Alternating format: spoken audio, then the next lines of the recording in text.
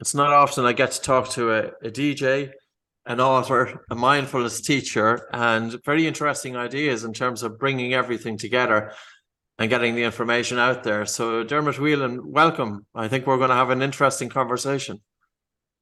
Thank you very much. It's absolute pleasure to be here. And your book, I was reading your book, and I have to say, it kind of reminded me in a way of James Nestor's book, Brett. And in that it was very accessible to the general population, but there was a great little message as well that was interweaved throughout it.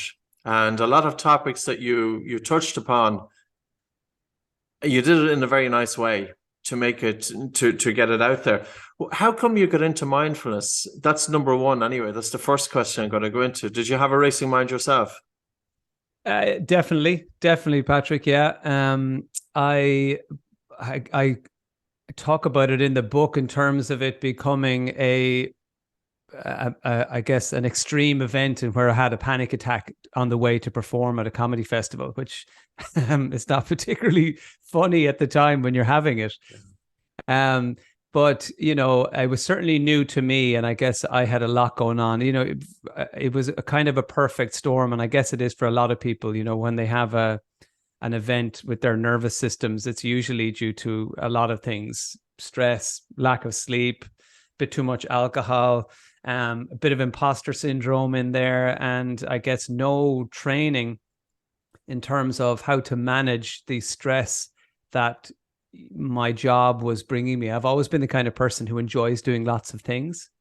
But I guess the difference between me now and me then is that I had no mental tools in my toolbox to reach for. I wasn't aware of my breathing. I wasn't aware of the kinds of thought patterns that were ruling the roost, in my head. And, for it culminated in me having to pull my car over and arriving into the Kilkenny Cat Laughs Comedy Festival in an ambulance, which was quite dramatic, and quite showbiz, with the flashing lights and all. But, that started me thinking, okay, well, look, there's something going on here. I had never heard of what a panic attack was. I didn't even know what it was. I certainly didn't think that I was anxious or had anxiety or had any kind of thinking patterns that weren't particularly helpful to me. I just hadn't really thought about it, like a lot of people, you just sort of, you get on with it and you do your best. And I had a job that I was doing breakfast radio at the time. So I was up at 4:30 in the morning. I was doing comedy in the clubs, which was getting me home after midnight.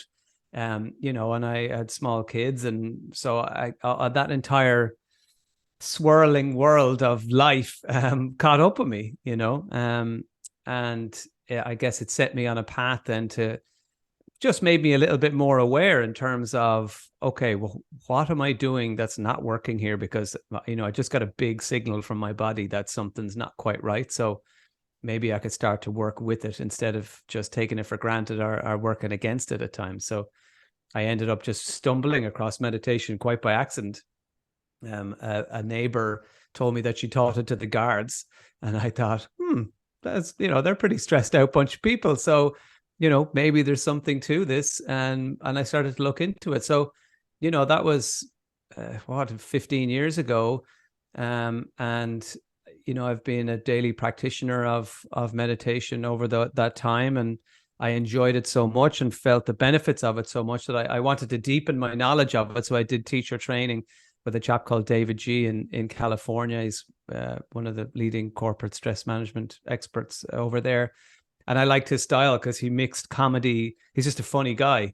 And I had never seen that material presented in a way that made me laugh before. It was always very earnest and serious and, presented by people that I probably mightn't have a pint with. So when I suddenly was laughing out loud, learning things about my nervous system and my brain and my thought patterns, I thought, this is something I want to know more about. So I trained as a teacher with him, and that's why I teach it now when I'm not on the radio. It's really interesting. I think so many people are stuck in this space, and it's almost that all of our attention is consumed by thought. And do you ever look back when you were in school, or if you went on to higher level, which I'm assuming you did, or if you were walking down a street, that you wouldn't even see what's going on around you, because you constantly attention going from one thought to another, but not even realizing it. How is that for you, aside from the panic attack? Because not everybody might relate to the panic attack, but in your time up to that, how do you feel the mind was for you? That's a really good question. I had so little awareness of how I thought, and it's only after looking back that I was like, wow, there were a load of events where, I was not in a good frame of mind. But at the time I just thought everything I thought was normal. And I think it's that way for a lot of people. I remember going for an audition, or like a postgraduate course as in Salford in Manchester to be an actor. And I remember being so like almost just crippled by anxiety and, performance anxiety, shyness. I was constantly blushing all the time anyway. But is that not a reminiscence of our Catholic childhood, whereby sex, we weren't supposed to have sex in Ireland? It's just children happen by accident. Because you're the same vintage as me, by the way, so I can relate to that. Yeah, well, look, I don't know where it came from, but I remember just obviously not getting a place on the course because I just basically mentally was unable to get through the audition process, and I had to leave. I remember leaving, and my clothes were drenched with sweat from the pressure of this. So I guess I felt for many years that I was pushing back against myself. Like there was something that was, I always wanted to perform and get up onto a stage and put myself out there and take risks and take challenges and put my hand up for the things that most people would say, no way. But at the same time, everything in my thoughts and my nervous system was saying, no, no, no, don't do it. Don't do it. So, when I started doing stand-up as I think most of the fun was just getting through it. It's like an extreme sport. In fact, I did jump out of an airplane one time with another comedian. Thankfully, we weren't strapped to each other. We did have proper trainers. But I remember when we hit the ground, both of us were like, oh my God, that was amazing. And then quietly agreed that stand-up was scarier.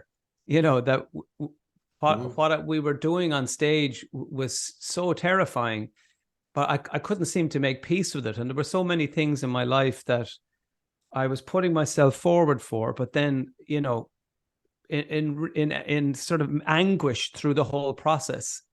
And it's only in recent years, I've realized that, my thought patterns, and what state my nervous system was in just didn't match my desires and, my wishes to succeed and all that.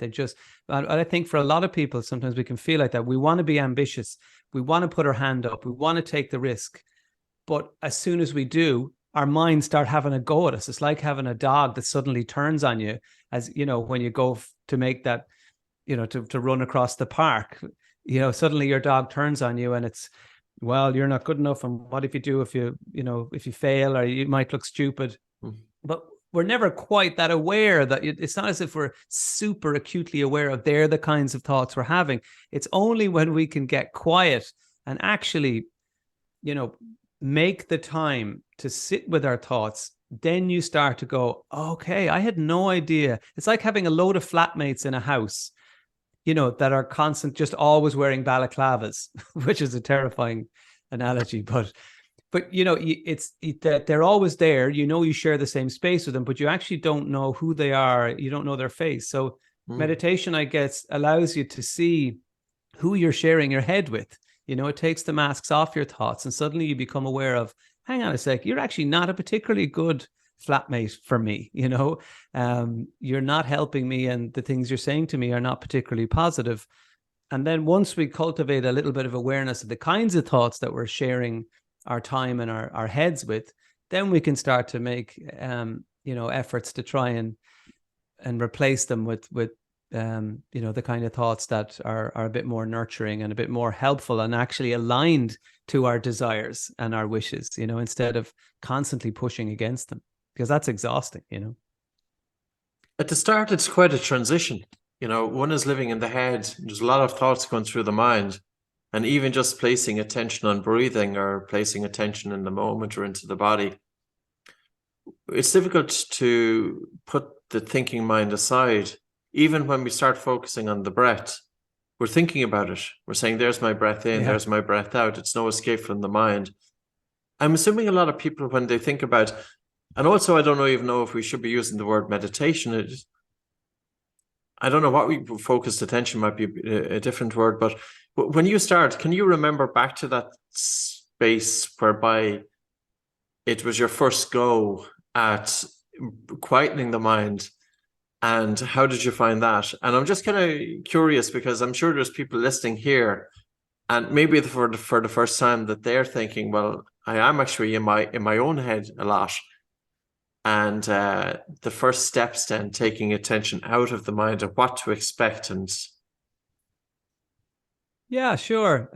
My earliest memory actually of something close to meditation, I guess it was meditation, was I remember we went away for a retreat weekend when I was in school. I was in transition year, so I was 15 or 16, and we were in Castletown in Laois, I remember. And we were in a room, and all the priest asked us to do was just stare at a candle for a while. And sure, as teenagers, you're like, oh, why are we doing this rubbish? But I remember within seconds of staring at this, it was really profound. And I guess it must have been profound. This is why I still remember it, decades later. But I remember just simply watching the flame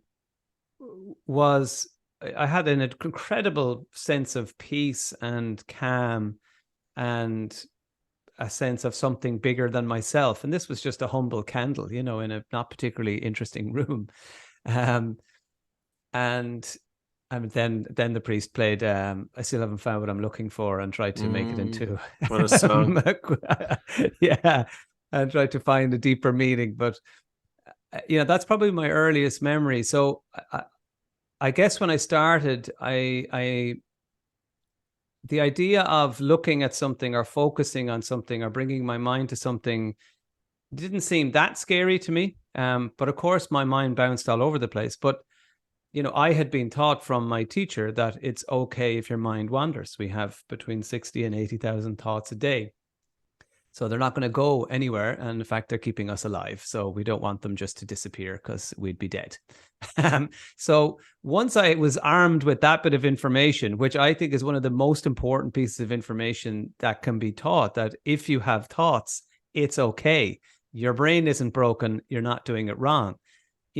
Meditation is a tennis match where the ball bounces from attention to distraction and back to attention to distraction. It will just keep doing that, and that's okay. The more you do it, maybe it'll bounce a bit less, but it doesn't mean you failed if it does bounce. So when I started, I guess I was okay with my mind bouncing around. And strangely enough, I found that my physical body got into it before my brain did. I know this sounds a bit weird, but I found that my breathing started to almost do things by itself. I wasn't intentionally doing it, but my breathing became slower, and, my breaths became longer and fewer. And my body would move itself into positions where it could, I guess, release things. And so that was something that I wasn't expecting, that this sort of union between, once I had settled my mind, it was almost like I gave permission to my body to go, okay, you can sort yourself out now. What do you need? What are you carrying around today that you don't need? So I guess, that's a part of my meditation that I guess I haven't spoken about a lot, because the more that sort of I don't know how to really say it. There's a just like you have your two pillars of the oxygen advantage. You have your functional breathing, day-to-day stuff, and then you have your breath holes, which is like, fine tuning for high altitude or particular environments. My meditation very quickly began to have two parts. So one was the functional. I've got to do something that's quite challenging today, so I need to set my nervous system in place. So I'm going to use my box breathing or whatever techniques I want to do, so for this specific moment. And then the other side was a space that I just get into that's very quiet, and I just basically hand it over. I just hand it over to, I mean, you can call it a higher power, or just simply me, or just a sense of peace or quiet, or whatever it is. And as soon as I would go into that, and it's still very much the same for me now, I just, anything could happen. I might start stretching. I just basically let my body do whatever it wants to do. And generally it seems to be just release. So I might be yawning a lot. I might be stretching. Interesting enough, last night, because I knew we were talking, I wanted to really study what my body was doing, and was there anything happening in particular with my breathing. And I noticed that my breathing slows down to between 3 and 5 breaths per minute. That's where it wants to go. And interesting enough, it will do this by making me either like sing, I guess you could call it chanting, but just very long chants. So I was going, well, okay, before my woo-woo alarm goes off, what's actually happening here? And actually, if you're chanting, your out breath is extremely long. And so my breaths per minute were slowing down. And then if sometimes I'll feel like whistling. And so I'll start to whistle, and I notice, okay, what's happening here? Well, yes, my out breaths are very long again because the whistle is really extended, but actually it's a much softer out breath. And it's the breathing becomes a lot lighter, and it's not as profound. So, you know, from knowing the stuff that you know in your books, you're going to tell me hopefully now that there's science to this, and that actually our bodies will do this themselves if we just create the space. And so that is a very long way of, I'm not even sure if I answered your question, but I think, you know, I discovered very quickly that if I just got quiet, handed it over to my body, and basically said, look, you do what you need to do here, because I'm not ending up in the back of another ambulance. It knew what to do, and it knows what to do today, depending on what I'm dealing with in my day and my week. The 60 to 80,000 word or thoughts that we have every day, I'm always fascinated. How do they figure that one out? I know. Yeah. Is it a real one, you know? But the thing is, Dermot, when you speak with some people, they will tell you that you don't actually quieten the mind in terms of the number of thoughts that we're having per day don't reduce, that instead we're going into focused attention. I'm not sure I agree with them. I'd love to know your take. And I had another conversation with somebody who's really into mindfulness, and his take on it was that, yes, that the thoughts don't quieten. It's only when we direct our attention. But personally, I feel that my mind is quietened a lot, maybe 25%. That there's no effort involved, that it's just naturally quieter, that you don't have that. And I don't feel that because I'm directing my attention anywhere. I just feel that my mind is a lot quieter now than it was 20 years ago. Well, what's your take on it? Because I know there's I feel there's this stance in the whole theory in terms of mindfulness. But then in comparison, what's your practical experience of that? If that makes sense. Yeah, it does completely. And I agree. I don't think my mind is any less interesting than it was. For me, I just find that I'm hanging out with different thoughts, and the thoughts that I have these days are far more supportive. They're far more nurturing, and again, they're not second guessing me at every step during the day. So I may be having the same amount of thoughts, but instead of, oh my God, you haven't done enough work for this thing you've got next week.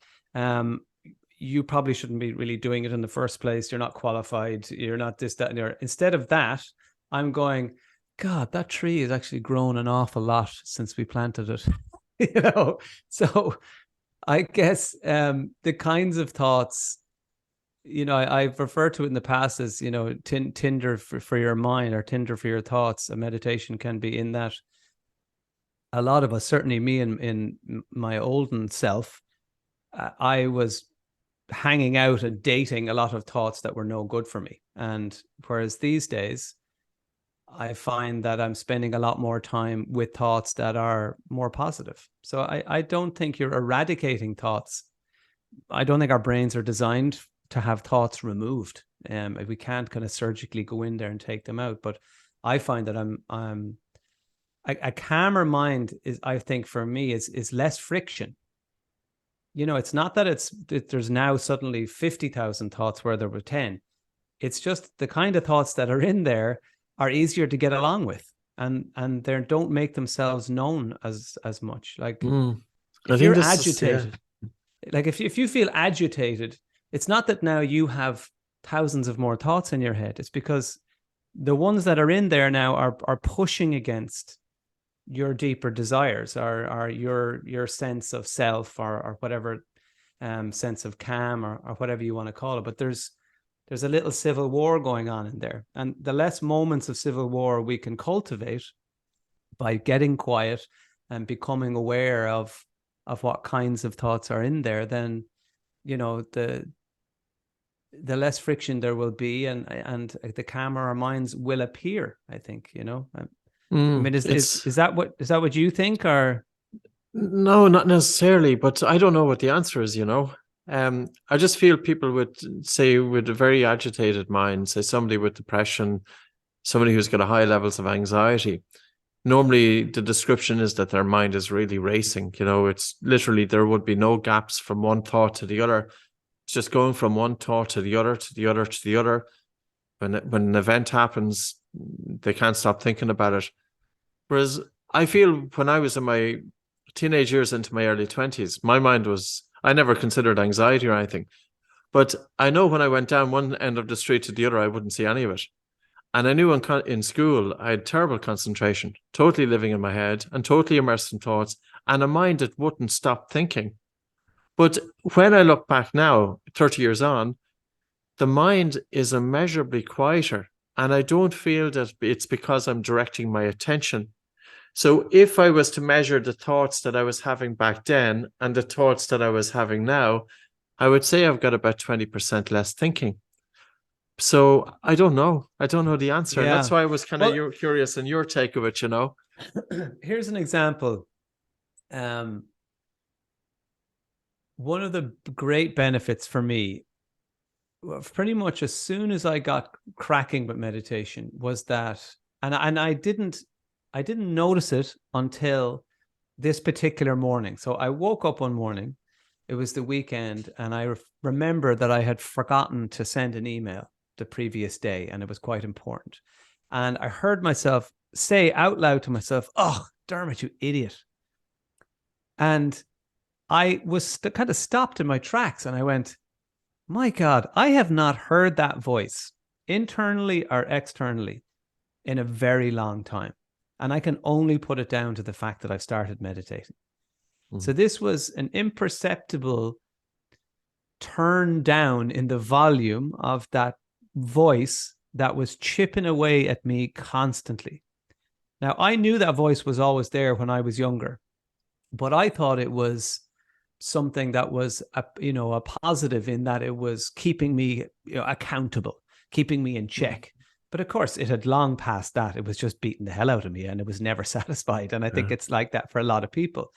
It was only when it had disappeared for a while, or certainly become less significant inside my mind, that when it did jump out from the crevices of my mind somewhere, I was struck by the fact that it had been absent, certainly at that volume, for so long.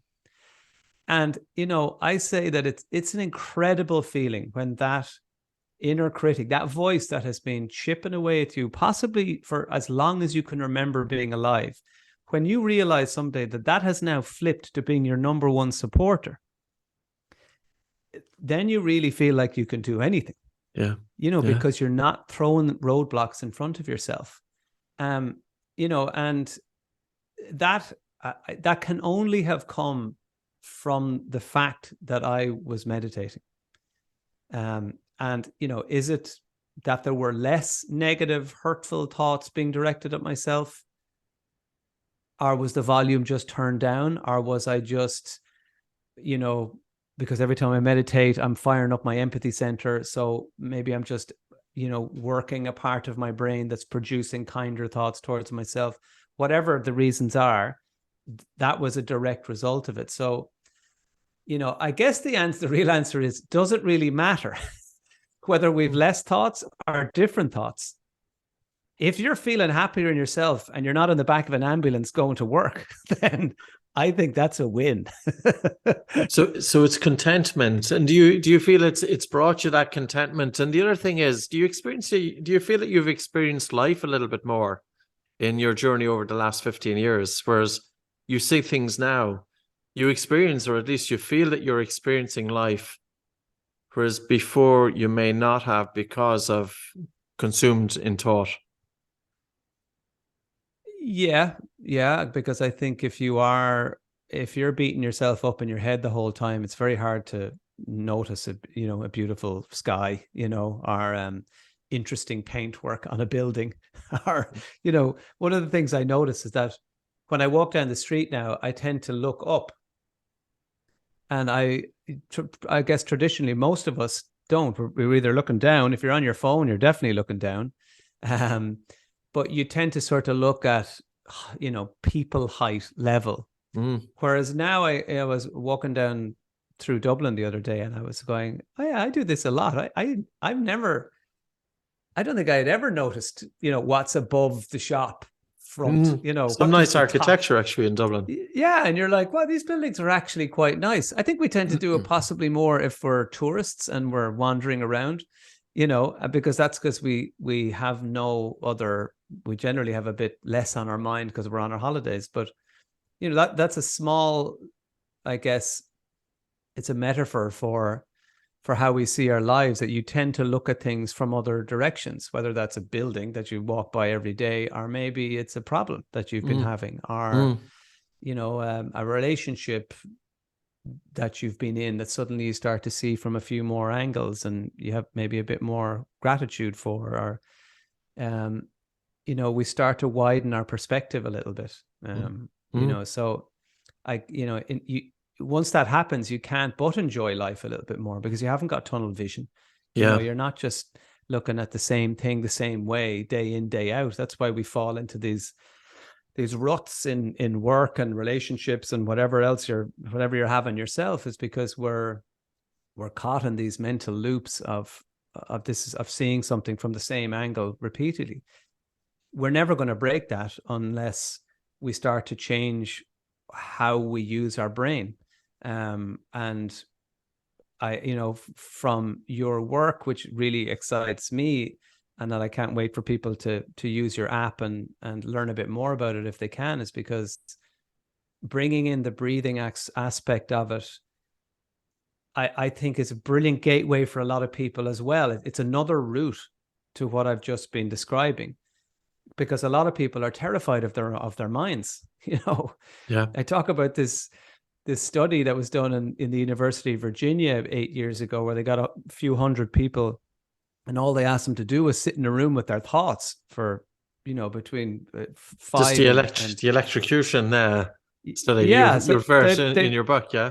Yeah, so they put a button on the table and said, look, you don't have to press that button, but if you do, we should tell you it's going to be very painful. It's be an electric shock. And they were like, do we have to press the button? They're like, you don't have to press the button. We'll see you in 10 minutes. And sure enough, 2/3 of 67% of men electrocuted themselves rather than just listen to their own minds. Women, 25% of women did it. One guy electrocuted himself 190 times in 6 minutes. We have forgotten how to sit with ourselves. And some people are just would literally prefer to inflict pain than listen to their own thoughts. So if there's a way to get into calm through our bodies, and maybe some people are a bit more comfortable going, well, you know what? I don't know if I can sit down for 10 minutes and actually listen to my own mind. But I'll tell you what I will do. I'll follow the app and I'll do my breathing. And if I get the same results, happy days, because it's a two-way street, as you know, that we can, the way, if we're generating symptoms of anxiety through our breathing or whatever else we happen to be doing with our bodies a lot, that can lead to that we can literally kickstart the anxiety. It doesn't all come from your mind down. It can go the other way up as well. As I'm literally, preaching to the man who's made that information famous. So, I think it's a nice way, nice to reassure people that if they still feel a bit weird around things like mindfulness techniques or meditation techniques or whatever, whatever that world, whatever those kinds of things have been suggested, if they still feel weird, like, just remember the guy in that study who electrocuted himself 190 times. You're not alone. And there are other ways to achieve that space where your mind is a little calmer, you have a bit more peace in your heart, and you're starting to notice the brickwork around interesting buildings on your way to work. And I think it's getting worse. Happy birthday, by the way. I just say that you had a birthday recently enough, a big one as well. Yeah.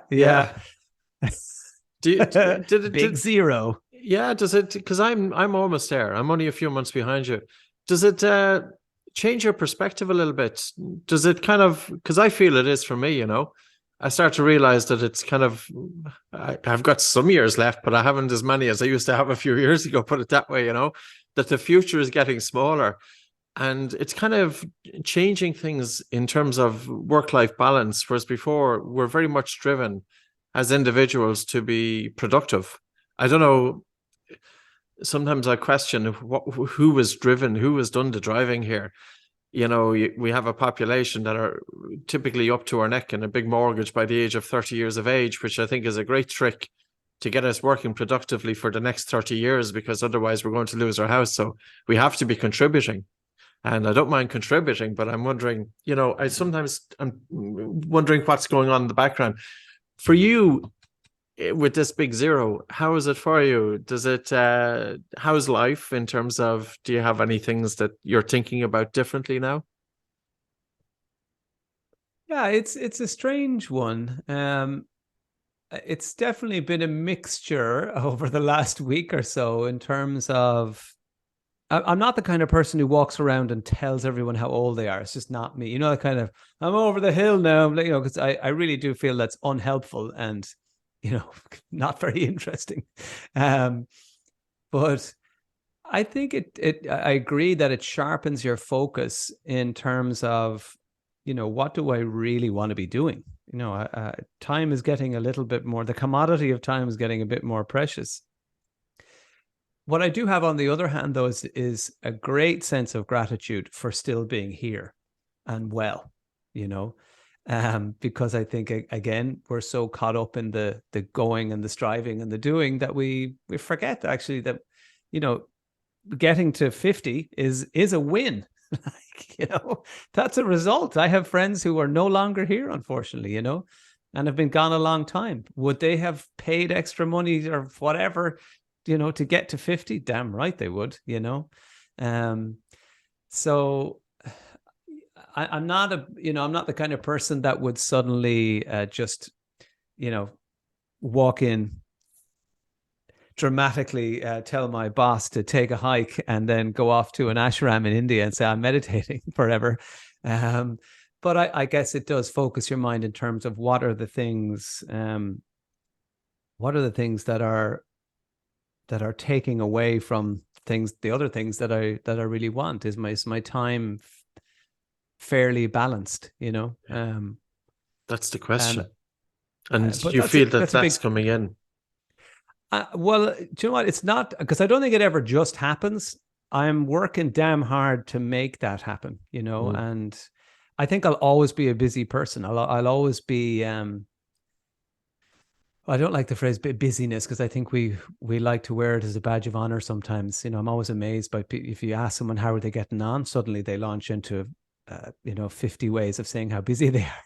You're like, I just wanted to know how your kids were.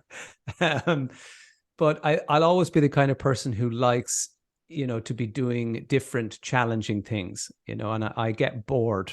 And once I get bored, I start to get down. And if I feel like my creative muscles aren't being used, then, I'd rather be working 12 hours a day and really excited about what I'm doing than working 8 and bored. Yeah. So, yeah. We're lucky in some respects. I'm assuming that you like your job.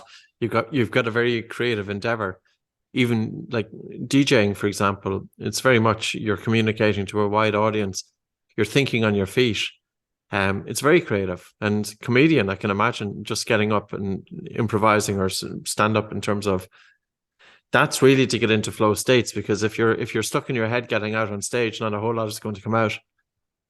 So you've been No, lucky, or not I have lucky, been. maybe it's the wrong word I'm using, but Yeah, well, it's interesting in terms of my work, for many years since when I started meditating, and it was having a profound effect on me, and I wanted to know more. I felt like I had two halves to my personality. I had well, hey, the performer on the radio, I'm getting up on stages, yay, side. And then there was this other kind of deeper, quieter, um, just a very different side. And I couldn't see how the two were ever going to merge, that they just seemed to be at odds with each other. And I remember I wrote down in 2018 that this is my goal, is to blend the two sides of myself, and my dream job would be to mix the two, the comedian, the performer, but also the meditator and the teacher, and that just that quieter side to myself. And I couldn't see how that was going to happen. And sure enough, slowly over time, now I find myself, in the middle of a live tour where I'm doing exactly that. I use comedy to share meditation techniques and to help people de-stress. And laughter is a great lubricant and a great tool for helping people just to feel comfortable in a space where they're ready to take on new information. So, certainly over the last couple of years and now it's having, turned 50, it's really important to me that I'm authentic in my work, and that I'm bringing as much of myself to the table. Because I think that's, for a lot of us, why we feel unfulfilled in our jobs, is that it's not that the job is terrible or the people we work with are horrible people. It's just that maybe that was you a few years ago, and that was representative of where you were at. And if we're not bringing, if there are other deeper parts of ourselves that are misrepresented or are not there at all, we can start to feel quite down and despondent and detached, and I think real fulfillment from your work comes from when you're bringing more parts of yourself to the table every day. It doesn't have to be everything. You can keep a little something for yourself, for your hobbies or whatever, but passion for your work,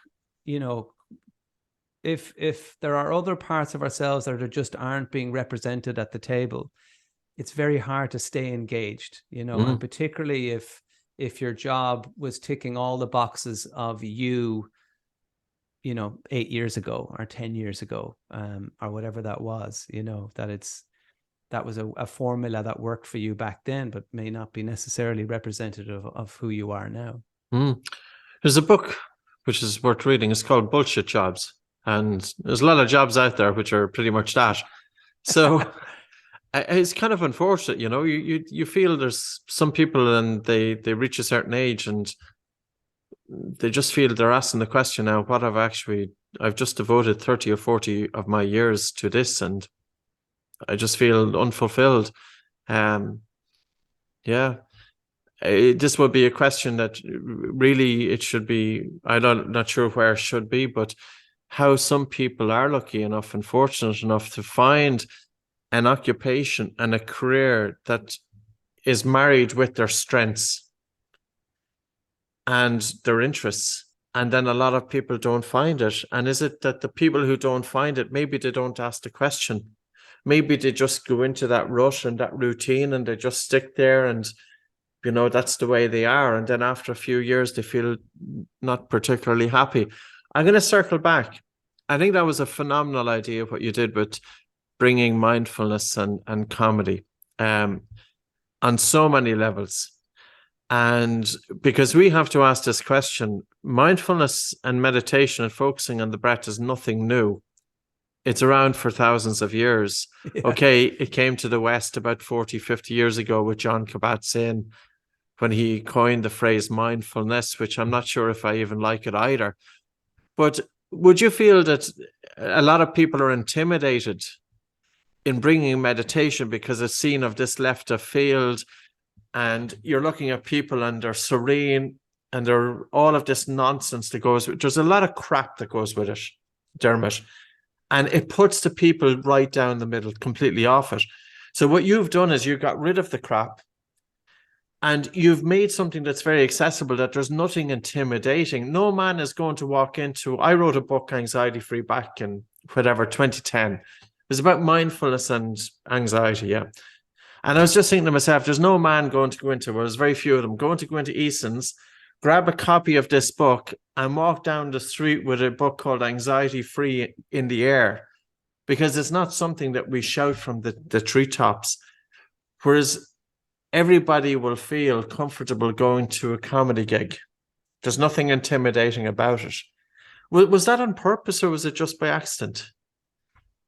Well, it kind of ties back to what we were saying. I mean, it's not a case that I sat down and went, what's the next greatest gimmick, or, what would be a cool type of show.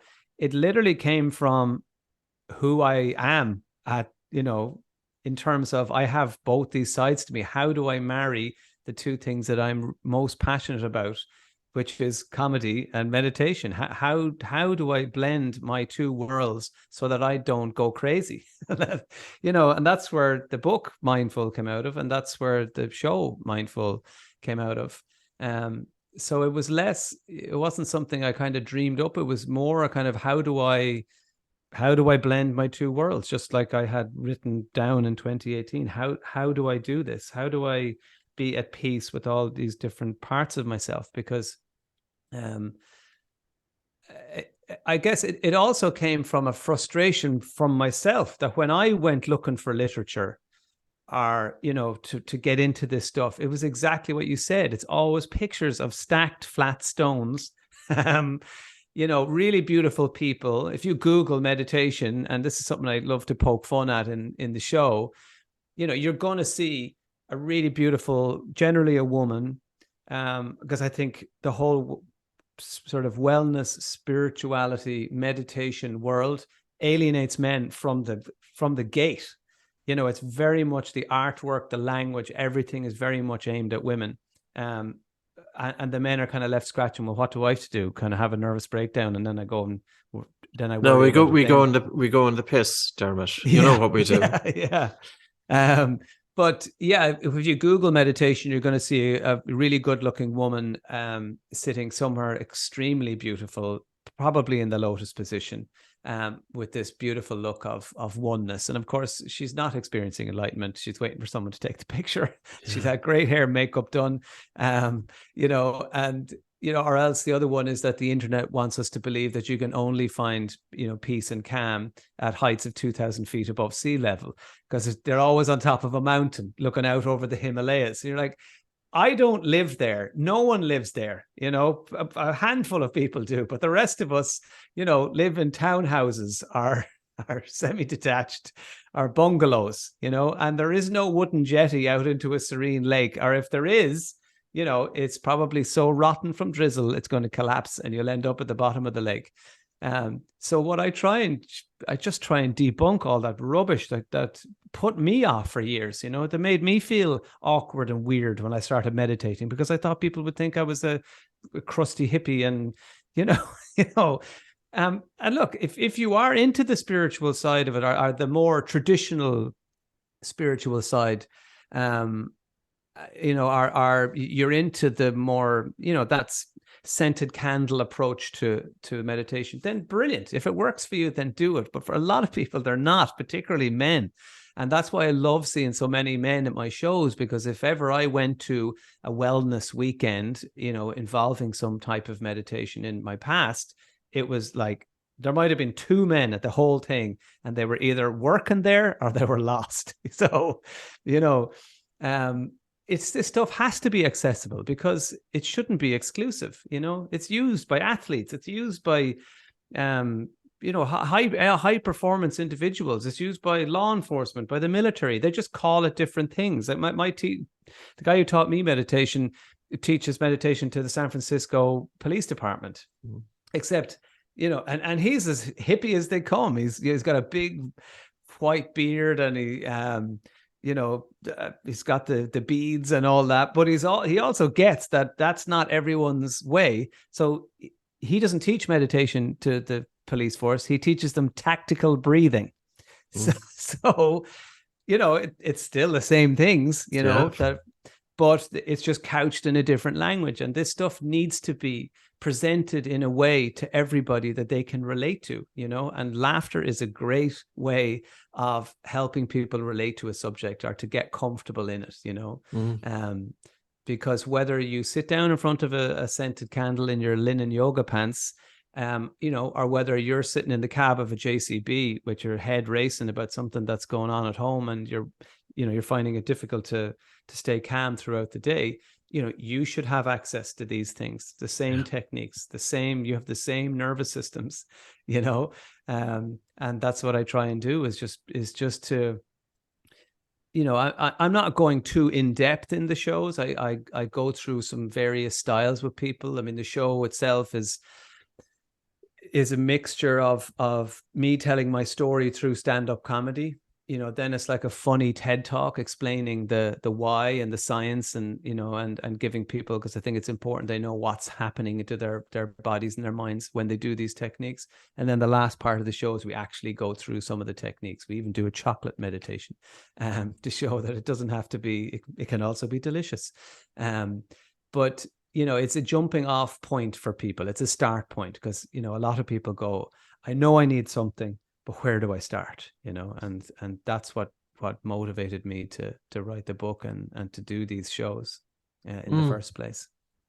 Would you consider your life a meditation, in terms of it's not just about sitting down and having your attention inwards on the breath or on the mind or in the moment, but it's when you go for a walk, when you're driving your car? Do you feel that can be incorporated into your way of life? Do you see more beyond just a formal meditation, and to see your own life as that meditation? Absolutely. You know, and it's very much like your own breathing exercises. The more we can populate our day with them, the more we can drop them in subtly, actually, the more advantages we have, you know. The more times we can remember to breathe through our nose, the happier we will be. And it's the same. I guess what the formal practice does is that it starts, once you begin, it starts to cultivate that sense of awareness. And you're less likely to fall into that just automatic thinking and automatic behavior that leads us to drift through our life without actually noticing what's happening, until suddenly we hit 50 and go, oh crap, why have I worked on that awful job for 30 years? You know, so very much so. It one feeds off the other. The formal practice creates a sense of general awareness, and when you have access to that general awareness, you now are in a you know, a meditation state a lot more during the day, you know.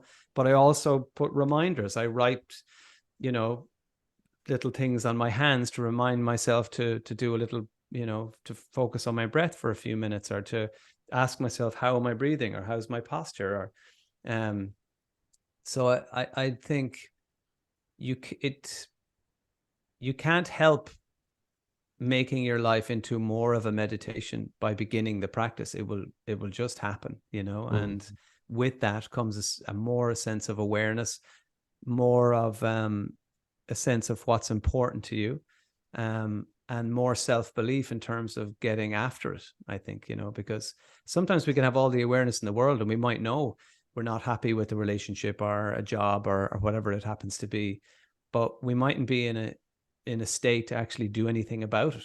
You know, we mightn't have that clarity of thought or that self-belief to help us make the move. Stirring the muddy water. The solution isn't going to arise. And many of us have been in that issue, you know. There's a situation to be solved and we overthink about it. And oftentimes I feel it's part of our education system. Our education system has taught us how to think. And it hasn't gave us the abilities to stop thinking. It hasn't gave us the tools to quieten the mind. It hasn't gave us the tools to deal with stressful situations.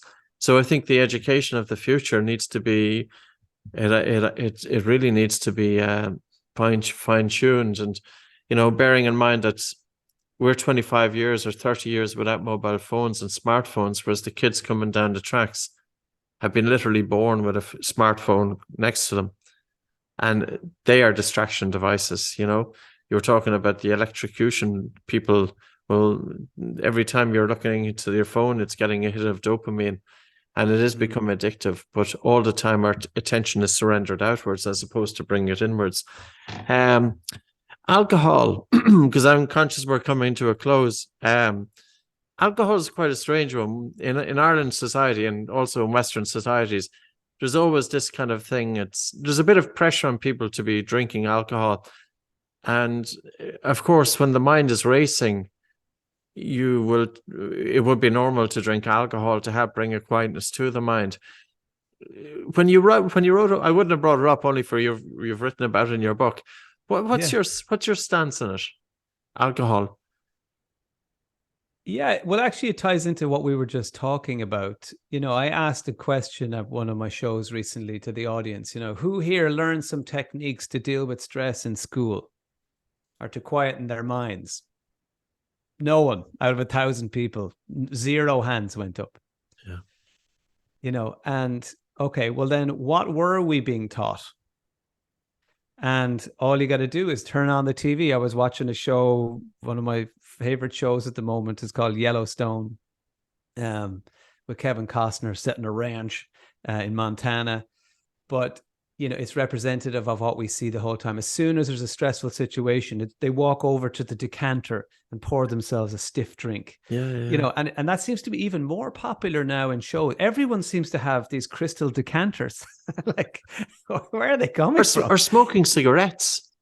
Like, yeah, I see, whatever shows you're watching, and you don't see it in society now. It's almost as if the tobacco industry is trying to get in the back door or something. I don't know what's going on there, but yeah, exactly. I mean, look at something like Peaky Blinders or those kinds of things. They're just shoveling the whiskey and fags into themselves. I'm always thinking, like, if I was dealing with a problem during the day and I poured myself that measure of whiskey and slammed it back, that's me done for the day. I wouldn't come up with a great solution, because they always do that. They pour the whiskey, they take a drink, and then they think of what they're going to do next. Like, you're literally screwing up your controls, in every way possible before actually trying to fly the plane.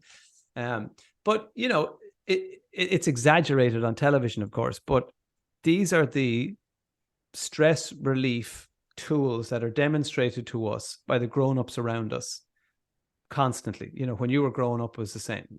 Booze and nicotine, generally. Sometimes it's sugar, we stuff, oh look, you're having a tough day, here's shove a donut into your face. Or so it's all these things outside of ourselves, and when I had my panic attack, I was reaching for those things that I learned, pints, at the end of a week, oh gosh, it's great to have it's all these kind of relaxing sounds we make around it. And sure, it was doing the opposite for particularly for me, for my makeup. Alcohol just makes me anxious. It makes me, it ruins my sleep is the big thing. And I think we take that for granted. But I think, again, there's a lot of automatic behavior around alcohol that it's just habitual, most of it, and I think particularly as Irish people, it can be a solution that's constantly handed to us, and even in a world of 0 zeros and, zero alcohol, this and that, the alcohol brands aren't silly. That's how they got back into sport, is that you can advertise an alcohol-free beer, but your brand is still up there and they're still selling the hard stuff in the bar, so. Yeah, I didn't even think about that. You're so right. Yeah. But it's one of these, it's an emotive subject for a lot of people. The minute to hear somebody talking in a potentially pious way around alcohol, are knocking it. It's like, here, geez, there's nothing wrong with having a few pints. And I would ask the question, like, what I see alcohol is a great amplifier. If you've got stuff going on in your mind, if it's anxiety, or it's, not great sleep, or you're hard on yourself, or whatever your habitual thinking tends to be, and usually the unhelpful side of stuff, alcohol will amplify the heck out of that. Yeah. And that was one of the things that I noticed with alcohol. I was like, do you know what? I don't even think that alcohol is the issue for me. I think that it's the fact that I am beating the hell out of myself in my head. The reason I keep reaching for this stuff is because probably around that first half a pint, that voice goes away. It's nice and calm. And then you spend the rest of the night chasing that calmness because but you can't stop at the first half pint. No. And then what happens the next day? That voice is louder. In the book, I call it the nun on the end of my bed, that it was just this judgmental voice that was never satisfied. Yeah. So, I still, I had a drink this week for my birthday. And even that was a strange one, because after it, I try not to judge myself in these things. I hadn't had a drink, in 5 or 6 months before that. But still in the back of my mind, there was some part of me that thought, this is a treat. This is something that you will enjoy. This is a reward. This is a celebration. And of course, after it, I didn't feel any of those things. I was like, I want the clarity back. I want my peace of mind back. I don't want this. But it's constantly presented to us as a solution, and as Alan Carr said in his book, The Easy Way to Stop Drinking, which I had a look at a few years ago, what magical drug could it be that solves, that picks us up when we're down, that's there when things are awful and there when things are brilliant. It can't. There's nothing. There's no substance that just is suitable for every situation. But that's how we've been told that alcohol is. Alcohol is for, when you're struggling and you pour yourself a whiskey, you think about the thing, or it's, hey, something amazing has happened, pop the champagne. Your achievement is still your achievement, whether you chuck the poison in on top of it,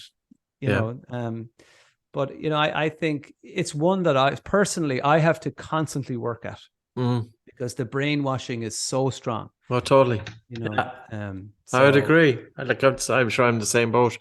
I only stopped drinking at Christmas, so it's about 60, 50 days into it. So, but I have to say, and it wasn't that I felt it was an alcoholic or anything, but you love your few pints, and at least that was the perception that we had, and it was always that kind of Friday night, Saturday night, and even sometimes on a Sunday, I might end up having a few beers.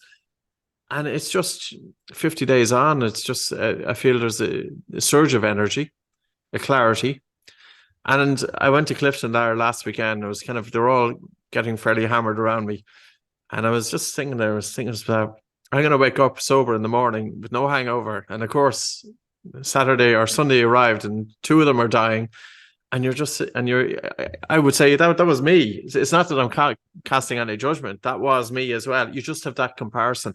So I think it's very good to have that step back, but it takes something to, it's kind of almost that we're putting a toe into the unknown with that step back. And the only reason I would put it out to some of the listeners, I'm sure many of you are caught the same boat as I was and everybody else, Yeah. And it's that we're passionate drinkers. I heard someone refer to it before, and I think that's why I dedicated a chapter to it in my book, because I think it plays a more important role in people's sense of well-being than they're aware of a lot of the time. And that, like, the one thing for me, I notice so much is fear. Like for me, alcohol is fear juice. That obviously while you're drinking it, you're fearless. But just even if you're not getting drunk, if I'm not getting drunk or I'm just drinking regularly, things that I would normally, a challenge that I would have been excited about, suddenly becomes something that I'm nervous about and that I'm a little bit now afraid of, and that maybe I'm second guessing whether I want to do it or not. And it just it's a very sneaky drug in that it just introduces almost imperceptible increases in fear. And obviously a little bit of anxiety that will go with that. And, particularly if you are someone who is prone to anxiety or a lot of anxious thinking. Fiona Brennan in her book, The Positive Habits, said, one of the cruelest things you can do to yourself if you suffer from anxiety is drink alcohol. And we never think of it that way. We never think that if I drink that, I'm actually being cruel to myself. But because it will amplify whatever's going on for you. And I don't think we're aware of that, because it's constantly covered over by the shiny advertising and how it's presented to us. It's what cigarettes were. The cigarette advertising used to be, booze is that now. And the mobile phone is next, by the way. Yeah, I know. That's coming down the track. We won't take that off people just yet. So, because your app is on it. I've been really enjoying your app. I have to say, I was very happy to see it being launched, and I've been doing the exercises. I went for a 10K run today in the trail runs around Hoth here where I live. And I tried to do the whole thing with my, I did the 15-minute one at the start, where you just run and at a nice, easy pace and try and keep your nasal breathing slow and calm. And then I just said, okay, I'm just going to try doing it for the rest of the run. So it was about, 50 minutes or so, give or take. And I did okay, except for the last incline is quite extreme. And I just found when I got, about 3/4 of the way up that the nasal breathing wasn't doing it for me. I had to have a precious gulp of mouth air. Yeah. No, it's not about going blue. It's at some point the intensity just gets a bit too much. And that you kind of have to open your mouth. You could start breathing in through the nose and out through the mouth. Yes, I treated myself to a few mouth out breaths first. Yeah. And then, if I had to then take a gulp, but if I kept that up every time I went running, because what's weird is that if I'm mouth breathing normally, it feels weird to me now, because, you have encouraged me over the years to do more nasal breathing. But if I'm running, it feels weird to be breathing through my nose. So I guess I have to train that muscle, do I? That it feels just gently over time. Yeah. Yeah. And I think there's something special about the nose because of the connection between the nose and the brain, the olfactory nerve. And there's so much going on there that we don't have with the mouth. So in terms of brainwave states are changed with nasal breathing, memory, attention. Females select their partners based on the communication from the nose to the brain. Visual spatial awareness is better with nasal breathing. If you're out on a football field, you have to have your eye on the target, but you have to read the pitch around you. There's a lot going on with it. Nose breathing is targeting the diaphragm. The diaphragm is connected to the mind. Nose breathing is slowing down breathing. So we have as well the top down, the mind or the brain. There's a structure in the brain which is spying on our breath and then relaying this to the rest of the brain. So the humble nose, Dermot, has been it's been chased out of town. So it's about time to get it back. I think it's happening. Yeah. Do you see something changing in terms of your work and the awareness that's getting out there? In terms of just meditation or nasal breathing or the whole lot? Yeah, definitely. I think it's becoming just more part of the daily conversation. I think traditionally what would happen is, people would generally reach crisis point and then they would start to look for solutions. And a lot of the time you're putting out big fires. So, that's a difficult place to start from. But I think the more things we have, the work you're doing, the app that you have, just putting on things like my shows that present this information in an accessible way, that it's not exclusive, that it's presented in a language people can relate to, definitely. I mean, I just in January, I did 4 weekly segments with Dahi and Maura on RTE on the Today Show, talking about meditation, and that would never have happened even a couple of years ago, because it was still viewed with a little bit of wariness, but I think there's definitely a sense, and you know what, I think COVID has a lot to do with it in terms of there was an expectation that once we came out of lockdowns and COVID and all that we would have learned loads of lessons, and that the calmness and quiet that we all fell back in love with during lockdown would somehow feed into our daily lives and our jobs. And the big corporations would go, you know what, take Friday off. It's the opposite. I go into companies and teach, de-stressing techniques. And as far as I can see, all it did was ramp up. That a lot of people, there's a lot of success out there at the moment, particularly in big companies. And with that just comes, more deadlines, more expectations, more targets. And instead of slowing down for a lot of people, it has ramped up. And they're wondering, I can't get all my work done during the day. I can't switch off when I get home. So I'm not physically, emotionally present for the people that I care about the most. I can't sleep properly because I'm thinking about all the stuff that's piled up on my plate. They have a crappy sleep and it all begins again the next day, so it has no choice but to enter the mainstream more. It has no choice but to come to people's attention, because we need something. Everything, as you say, is vying for our attention. There are some of the smartest minds in the world working on devices to try and steal more of our attention in already a crowded attention marketplace. So we need to take some of that power back, and we take the power back by sitting with ourselves, learning to sit again with ourselves, learning to breathe properly, learning to nurture ourselves, and not in a woo-woo fluffy way, to nurture ourselves and actually focus some attention inward for a change, because that energy out way of living at the moment is so rewarded and so high-fived, that it doesn't care if you're burnt out, or you're sleeping terribly, or your relationship's breaking down, or you want to pull your hair out at work. It doesn't care. It just keeps saying, do, go, go, go. And for God's sake, put a picture of it on Instagram.